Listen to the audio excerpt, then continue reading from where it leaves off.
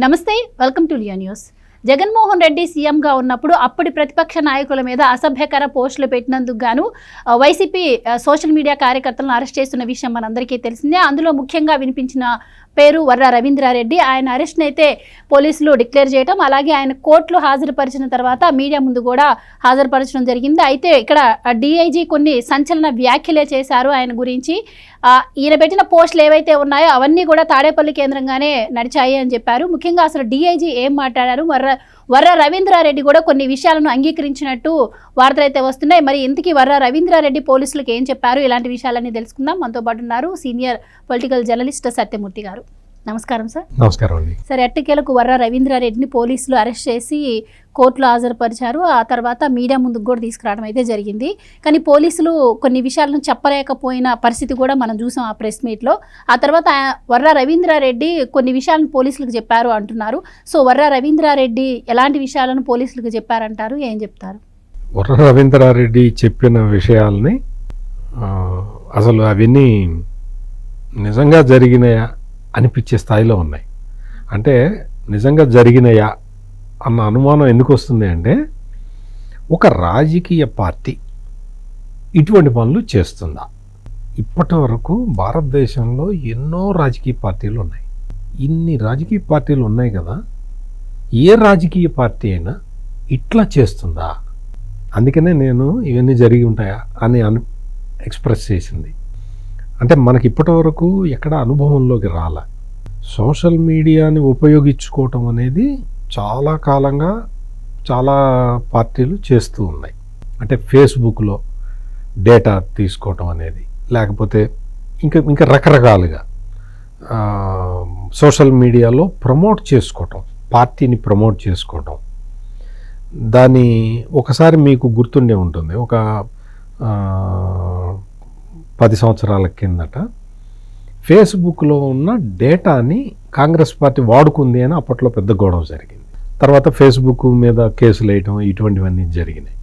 అంటే ఎందుకు చెప్తున్నానంటే, ఆ స్థాయిలో ఒక పర్సనల్ డేటాని దాన్ని తీసుకొని ఎనలైజ్ చేసి యూత్కి కొంత మెసేజ్ పంపించటం, ఉమెన్కి కొంత మెసేజ్ పంపించటం, ఒక్కొక్క ఏజ్ గ్రూప్కి ఏ ఇన్ఫర్మేషన్ అవసరమో అది పంపించి ప్రజాభిప్రాయాన్ని తనకు అనుకూలంగా మలుచుకోవటం ఏ రాజకీయ పార్టీ అయినా చేస్తుంది. అదే ఆ రోజున సోషల్ మీడియాలో జరిగింది.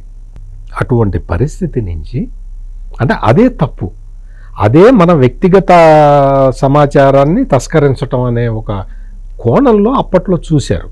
ఇప్పుడు అది అంతా ఆ స్టేజ్ అంతా దాటి ఇప్పుడు ఏ స్టేజ్లోకి వచ్చింది ఈ వైఎస్ఆర్ కాంగ్రెస్ పార్టీ అంటే, పర్సనల్గా వ్యక్తిత్వ హననానికి పాల్పడుతూ ఒక్కొక్క వ్యక్తి మీద మార్ఫింగ్ ఫోటోలు వేసి అత్యంత అశ్లీలమైన పదజాలాన్ని వాడుతూ పరమ అసహ్యంగా, ఏహ్యంగా, ఎంతో నీచంగా వీళ్ళు పోస్టులు పెట్టడానికి, ఇది కూడా ఏదో ఒక వ్యక్తో ఇద్దరు వ్యక్తులో కాదు.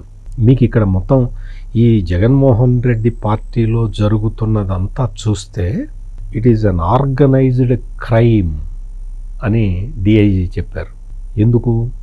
ఒక వ్యక్తి ఏదో అశ్లీలమైన మెటీరియల్ని పోస్ట్ చేస్తున్నాడు అనుకోండి, ఆ వ్యక్తిని పట్టుకొని శిక్షించవచ్చు.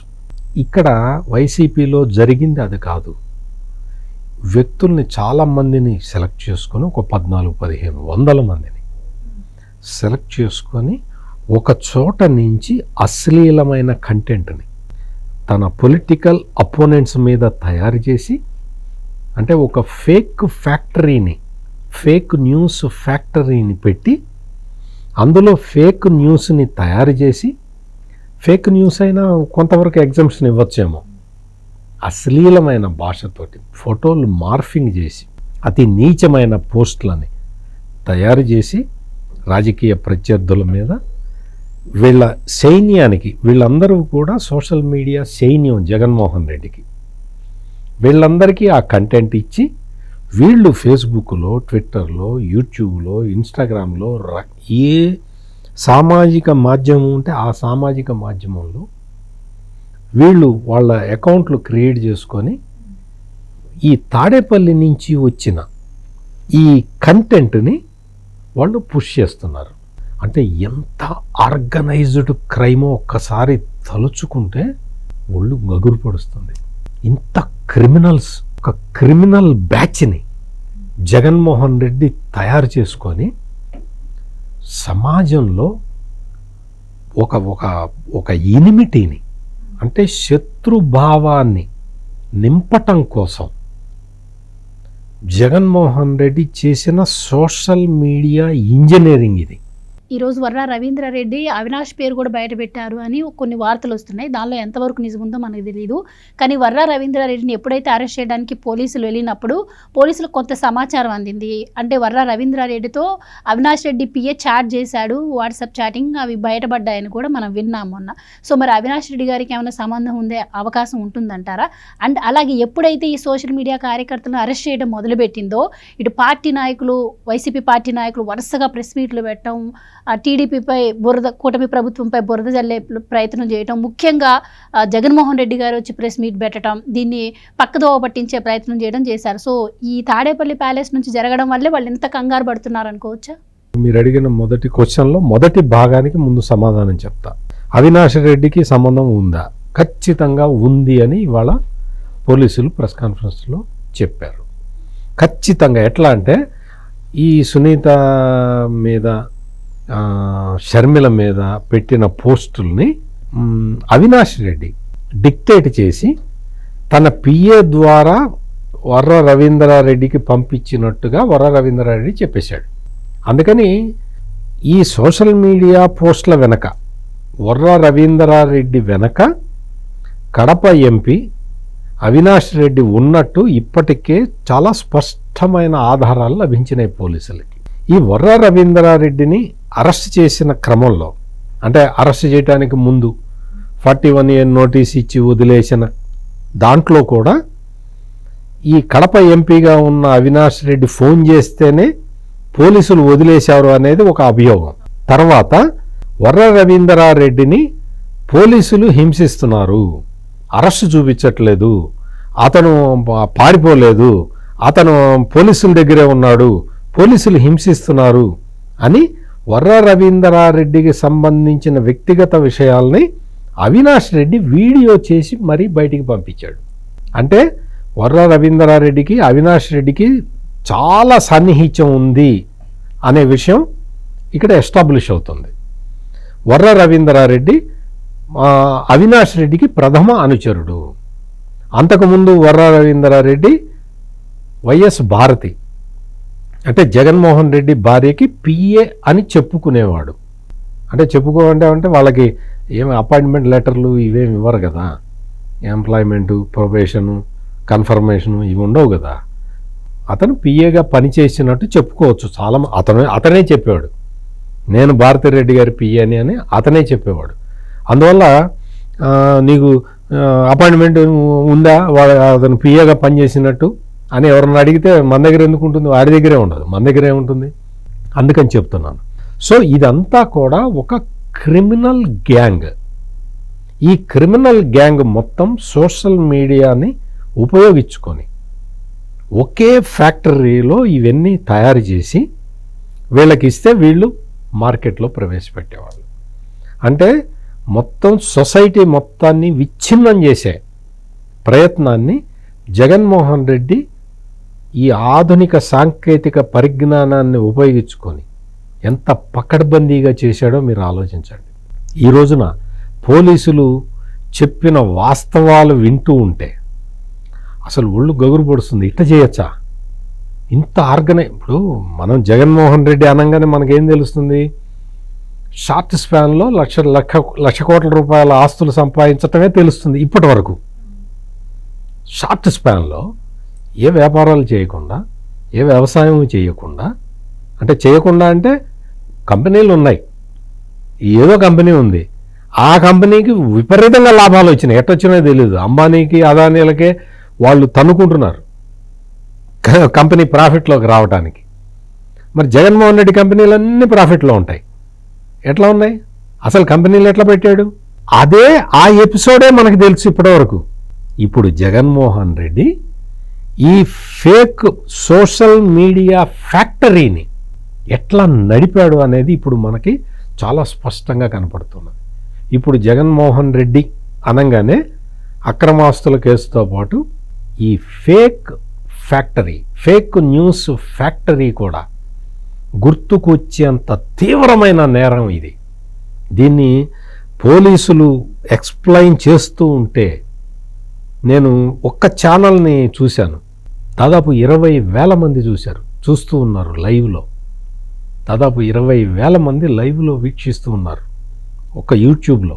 అంటే మీరు ఈ వర్రా రవీంద్రారెడ్డి చేసిన నేరం ఎంత తీవ్రమైనది, ఎంత ఘోరమైనది అనేది ఆ వ్యూయర్షిప్ను బట్టి మనం తెలుసుకోవచ్చు. అంటే అంతమంది వీడు ఎట్లా చేశాడు, ఈ నేరం ఎట్లా చేశాడు అని తెలుసుకోవటానికి ఇవాళ ఈ వర్రా రవీంద్రారెడ్డి అరెస్ట్ కావటం, ఈ అరెస్ట్ని పోలీసులు తీసుకొచ్చి మీడియా ముందర ప్రవేశపెట్టి ఈ వివరాలన్నీ చెబుతూ ఉంటే నిజంగా మనం సభ్య సమాజంలో ఉన్నామా, ఒక అనాగరికమైన సమాజంలో ఉన్నామా అని ఆలోచించుకోవాల్సిన పరిస్థితుల్లోకి జగన్మోహన్ రెడ్డి మనల్ని నెట్టాడు. అని సార్ ఈ సోషల్ మీడియా గురించి అరెస్టులు ఎప్పుడైతే జరుగుతున్నాయో అప్పుడు అవినాష్ రెడ్డి గారు కూడా బయటకు వచ్చి మాట్లాడడం జరిగింది, అక్రమంగా అరెస్టులు చేస్తున్నారు అని చెప్పి. అండ్ నేరం చేసే వాళ్ళతో పాటు ప్రోత్సహించే వాళ్ళకు కూడా శిక్షలు ఉంటాయంటారు. ఆ విధంగా మరి చూసుకుంటే అవినాష్ రెడ్డికి కూడా ఆయన పైన కూడా కేసు పెట్టి శిక్ష పడే అవకాశం ఉంటుందంటారా? అవినాష్ రెడ్డి అండి, భారతిరెడ్డి మీద కూడా వస్తుంది కేసు. ఎందుకంటే ఇప్పుడు వర్రా రవీంద్రారెడ్డి చెప్పిన విషయాలన్నీ కూడా పోలీసులు బయటికి చెప్పారు అంటే అది ఆ నేరాన్ని అతను అంగీకరించడమే కాకుండా మొత్తం సాక్ష్యాలు, ఆధారాలు కూడా ఇచ్చేశాడు. అతను ఎక్కడ తాడేపల్లిలో ఏ టవర్స్లో ఈ ఆఫీస్ పెట్టి చేశారు, అక్కడి నుంచి ఎట్లా వచ్చేది, మోడస్ ఆపరండి అంటారు దాన్ని. ఆ మోడస్ ఆపరండి కూడా పోలీసులకి తెలిసిపోయింది, పోలీసులు ప్రజలకి చెప్పేశారు. దానికి సంబంధించిన సోషల్ మీడియాలో పెట్టిన పోస్టులన్నీ కూడా వాళ్ళు జిరాక్స్లు అవన్నీ కాపీ తీసి రెడీగా పెట్టుకొని ఉన్నారు. ఈ మొత్తం ఈ ఫేక్ మీడియా ఫ్యాక్టరీకి ఈ కంటెంట్ ఎక్కడి నుంచి వచ్చిందో కూడా పోలీసుల దగ్గర ఆధారాలు ఉన్నాయి. అధికారం కోల్పోగానే జగన్మోహన్ రెడ్డి చేసిన మొట్టమొదటి పని ఏంటి అంటే ఆ టవర్స్ ఏదో చెప్పాడు కదా తాడేపల్లిలో, ఆ టవర్స్లో ఉన్న సిస్టమ్స్, కంప్యూటర్లు, అక్కడ ఆ మొత్తం అవన్నీ కూడా హైదరాబాద్కి తరలించాడు జగన్మోహన్ రెడ్డి. హైదరాబాద్కి కొన్ని తరలించాడు, బెంగళూరుకి కొన్ని తరలించాడు. బెంగళూరులో బహుశా యలహంక ప్యాలెస్లో పెట్టుంటారు ఇవి. కొన్ని హైదరాబాద్కి తరలించారు. హైదరాబాదులో మాదాపూర్లో ఒక పెద్ద ఆఫీస్ తీసుకున్నారు, ఒక టవర్స్ తీసుకున్నారు. బహుశా ఆ టవర్స్లో ఇవన్నీ పెట్టి ఉండవచ్చు, మనకు తెలియదు. అంటే అక్కడి నుంచి ఆధారాలు దొరకకుండా చేద్దాము అని ఆల్రెడీ జగన్మోహన్ రెడ్డి ప్లాన్ వేసేసాడు, దాన్ని ఇంప్లిమెంట్ చేసేసాడు. అయినా సరే పోలీసులు మాత్రం చాలా కాన్ఫిడెంట్గా ఉన్నారు. వాళ్ళు ఇప్పటికే సాక్ష్యాలు, ఆధారాలు సేకరించారు. ఆ యంత్రాలు ఏమున్న కంప్యూటర్లు కానీ, సర్వర్స్ కానీ, ఇవన్నీ కూడా ఎక్కడి నుంచి ఎక్కడికి వెళ్ళినాయి, ఏంటి, ఎవరు తీసుకెళ్లారు, ఎవరి హ్యాండ్ ఓవర్లో ఉన్నాయి అని తెలుసుకోవడం పెద్ద కష్టమైన విషయమేం కాదు. మొత్తం వర్రా రవీంద్రారెడ్డి ఎట్లా ఆపరేట్ చేశాడు, ఎవరి ద్వారా ఆపరేట్ చేశాడు, అవినాష్ రెడ్డి పిఏకి ఇతనికి ఉన్న సంబంధం ఏంటి, అతను అసలు పోలీసుల నుంచి ఎట తప్పించుకున్నాడు, ఇవన్నీ కూడా ఆధారాలతో సహా పోలీసుల దగ్గర ఉన్నాయి. కాబట్టి ఇందులో ఒక అవినాష్ రెడ్డి ఉంది, వైఎస్ భారతి, వైఎస్ జగన్, వీళ్ళు కూడా దొరకటానికి అవకాశం ఉంది.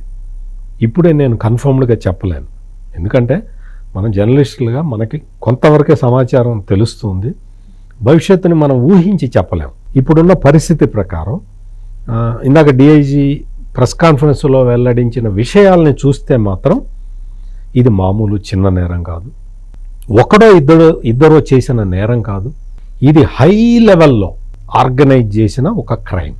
మనం చూస్తూ ఉంటాం, మనకి టెలిఫోన్లు వస్తూ ఉంటాయి, టెలిఫోన్ స్కామ్ వస్తూ ఉంటుంది. మీ ఫోన్ నెంబర్ బ్లాక్ చేశాము, మీరు సిబిఐ ఢిల్లీలో, బాంబేలో మీరు అటెండ్ కావాలి అని కొన్ని ఫేక్ కాల్స్ వస్తూ ఉంటాయి. ఇంకొకళ్ళు చేస్తారు, మీ పాకెట్ ఒకటి, మీ పార్సిల్ ఒకటి ఇక్కడ చిక్కుకుపోయింది, అందులో ఏదో నార్కటిక్స్ దొరికినాయి, బాంబే నార్కటిక్స్ బ్యూరోలో మొత్తం మీ ఫోన్ నెంబరు నమోదై ఉన్నది, మీరు వచ్చి మాకు ఇంత డబ్బులు పంపిస్తే మీ ఫోన్ నెంబర్ లేకుండా చేస్తామని చెప్పి నార్కటిక్ స్కామ్ ఒకటి ఉంది. టెలిఫోన్ స్కాము, నార్కటిక్ స్కాము, ఇటువంటి స్కాములు మీ ఫోన్ నుంచి మీరు ఏదో ఒక స్మగ్లర్కి ఫోన్ చేశారు, ఆ స్మగ్లర్ మాకు మీ ఫోన్ నెంబర్ ఇచ్చాడు, మీరు బాంబేలో సిబిఐ ఆఫీస్కి రావాల్సి ఉంటుంది అని కొన్ని ఫోన్ కాల్స్. ఇది టెలికాం స్కామ్.